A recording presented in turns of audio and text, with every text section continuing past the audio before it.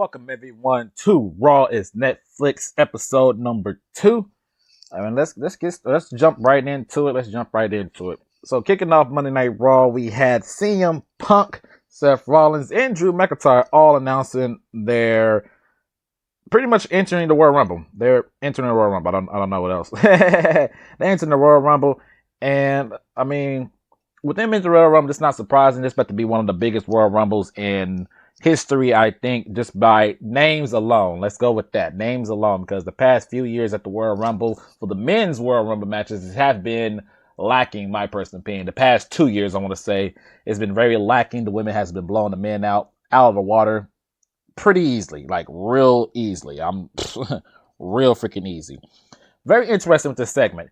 The segment of CM Punk and Seth Rollins started it off. CM Punk first, and then Seth Rollins going back and forth for a little bit before Drew McIntyre comes out. Drew McIntyre pointing and aiming at Seth Rollins, because we all know that Seth Rollins told people that if Roman Reigns become tribal chief again, that would be bad for everybody in the locker room and stuff like that.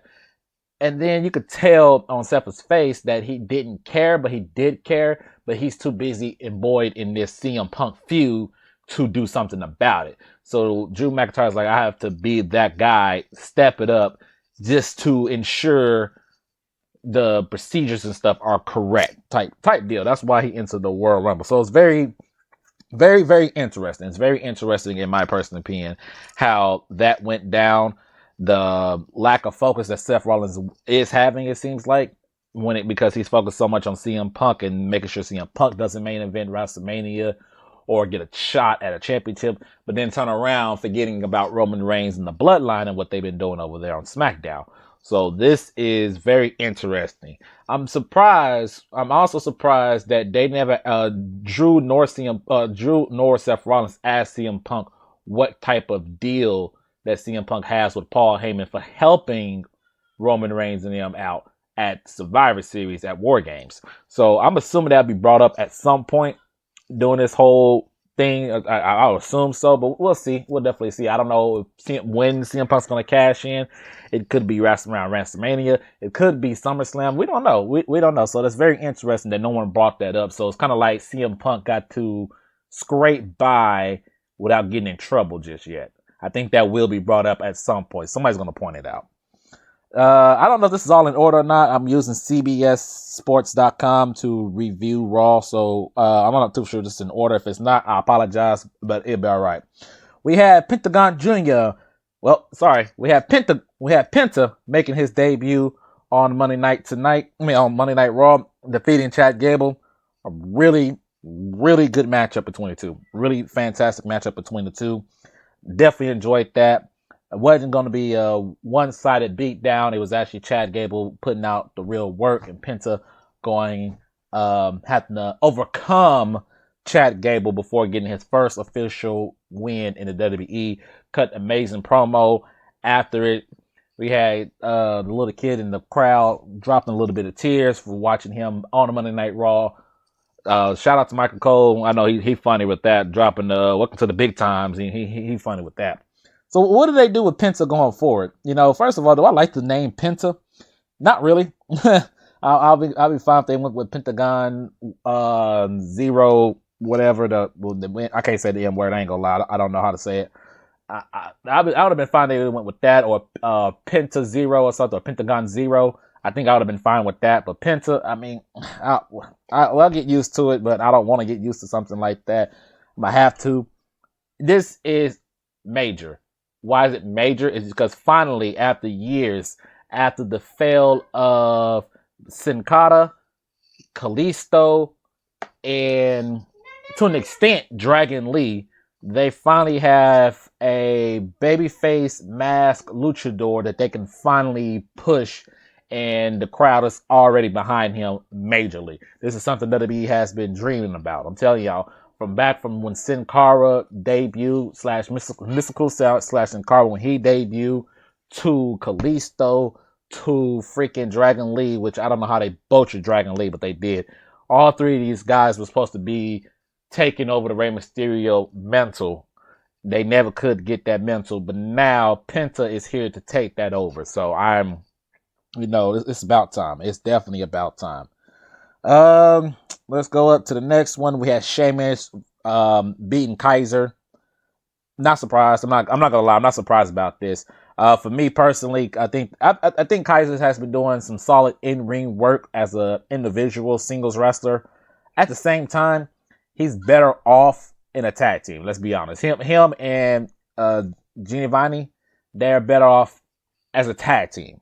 And Premium is better off as a staple, as a tag team, while Gunther is doing his thing as the world champion. They're doing this with Kaiser because it's one of those situations. It's the same thing with the Street Profit stuff.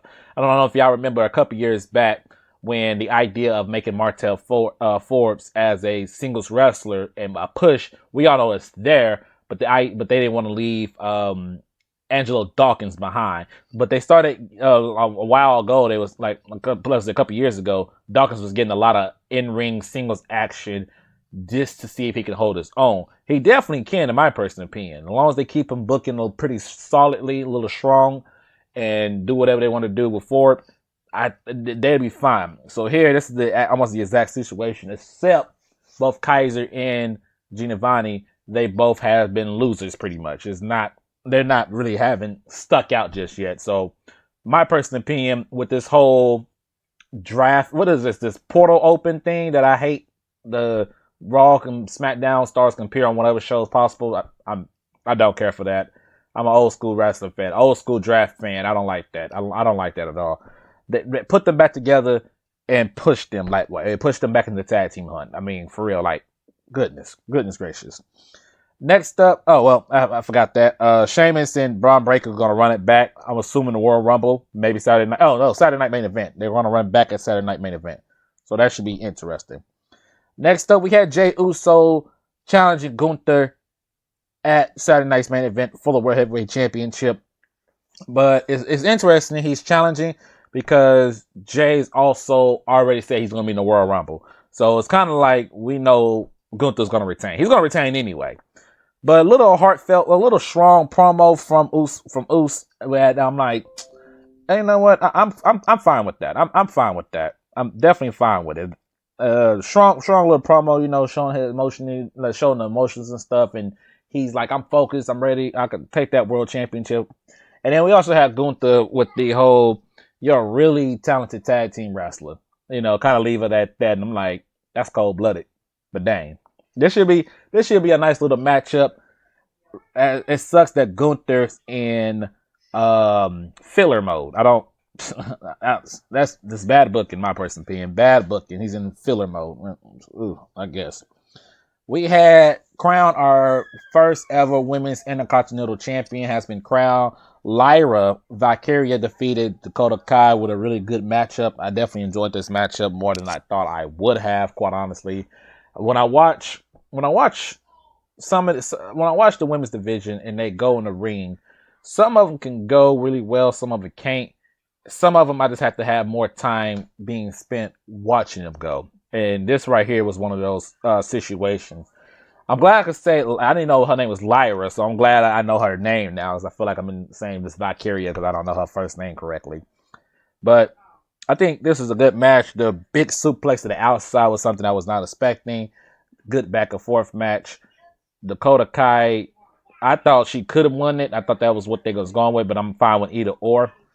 At the exact same time, in the exact same moment, I also, quite honestly, they could have went ahead and just made one mid-card championship for both the women's on Raw and SmackDown to compete for, in my personal opinion, instead. Maybe Lyra versus Chelsea Green for the finals for whatever mid-card championship. I think that would have been better, in my personal opinion. I don't know if both brands are strong enough to have double women's mid-card champions. You know what I'm saying? I don't know if the main roster brand is strong enough to support both. So Lyra has the Raw side of things, and then Chelsea has the SmackDown side of things, and I don't think they have. Like I said, my personal opinion, I don't think they have enough for it. But we'll see. We'll definitely see a 1 year from now, if I'm still doing YouTube, you know me.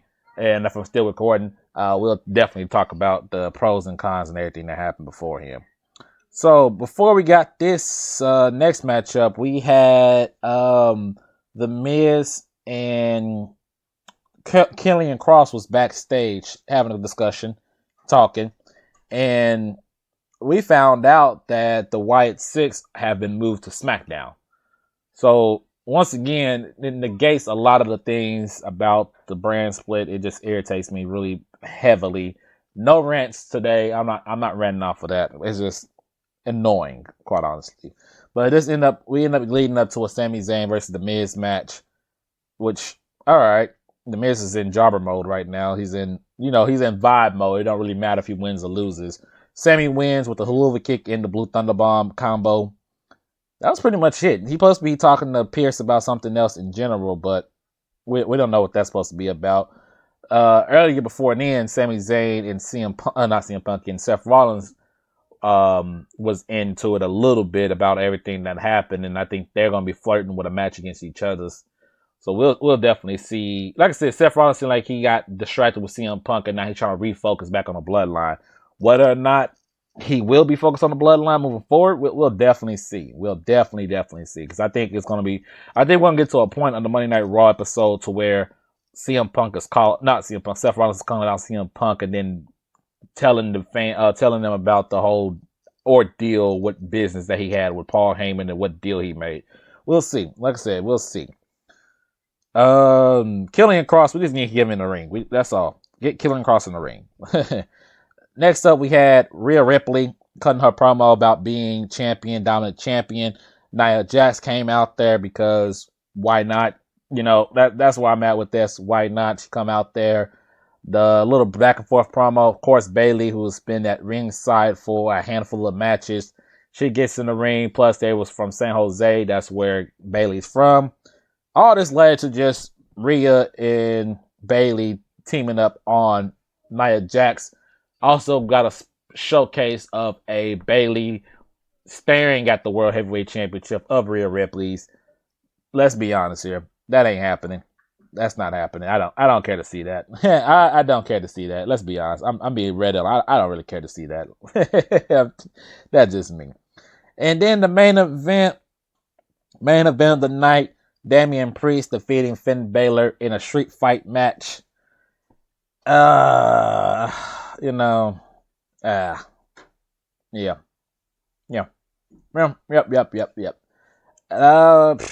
What you want me to say? Damian Priest is getting a monster baby face push. Finn Balor has suffered from this. It's the same thing with Rhea Ripley's monster babyface push in the women's division has suffered from it. That's pretty much it. I'm not gonna, like I said, I'm not trying to rant on this episode. I promise y'all, I'm not gonna rant on this episode. Now, would y'all see a rant? Y'all probably see a rant at some point, but I'm not gonna rant on these episodes. I don't want to. I just want to get through the review. Let's rant anyway. So with Damian Priest picking up that big win, we had Baylor was put in the neck brace and stretched out of the arena after, and then I don't know what that means. I don't know what that means for Baylor. And we're going to get a repackaged Baylor going into the Royal Rumble or something after the Royal Rumble. So he's not going to be in the Royal Rumble in general. We're going to get a repackaged Baylor. Can we please get the Baylor that we got in NXT? Please. Can we please get the NXT version of him before he got called back? So can we get that version that came up from NXT to get this? They're supposed to get a big time push that when he got there for the second time in NXT, the Baylor Club, not the Baylor Club, it wasn't the Baylor Club, it was the Prince. Can we get the Prince Baylor back again? Because I think the main event scenes desperately needs that Baylor back. I'm 90% sure they need that back. Just saying. From here on, the Judgment Day, in my personal opinion, needs to be over with. I've been over with the Judgment Day for a cool minute. I'm ready for it to be done and over with. The fact that it hasn't been over with, taking out their big two stars, and the big two stars become big time baby faces and leave this heel group behind. The same thing that happened with Chad Gable when he left Alpha Academy. They are now just job status as Chad Gable goes on to quote unquote bigger things. He hasn't won a championship yet or anything with American Made just yet, but at least the thought process is there. So we need to do the same thing. Judgment Day needs to be breaking up. JD McDonough needs to be in the mid card. He needs to be repackaged back to the Irish Ace. We need Carlito literally just wrestling. It doesn't matter. Just have him wrestle back in the mid card. Look for him getting the championship. And then we need Baylor repackaged as the Prince moving to the main event scene. That's all I'm asking for. Nothing crazy. Is that crazy? It might be crazy. That's just me. That's your Raw review, episode 2. What are your thoughts on it? Quite honestly, it's I complain too much, so I'm not even going to give you my complete. That was just my breakdown. I'm going to give you my complete thought processes. But make sure you guys are hitting the like, comment, subscribe, share this everywhere. Also follow Dre's Wrestling Talk podcast that is available on Spotify, iHeartRadio, and Amazon Music. And I'll catch y'all on the next video.